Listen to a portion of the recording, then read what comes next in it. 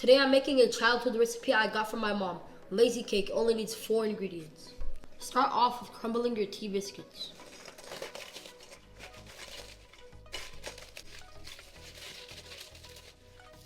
This is how it should look, not too crushed. Add your melted butter. Add your whole can of condensed milk.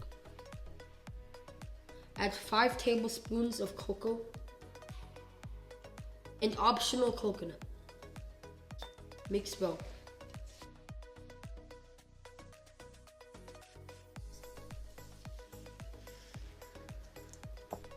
Place the mixture in the middle of the parchment paper. First, wrap with your parchment, then wrap with your aluminum. This mixture made 2 rolls, now it's time to put it in the freezer.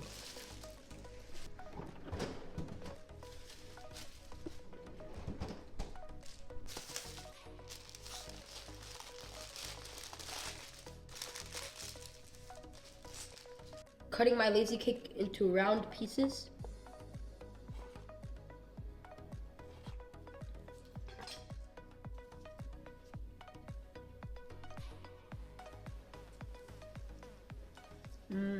Shahi.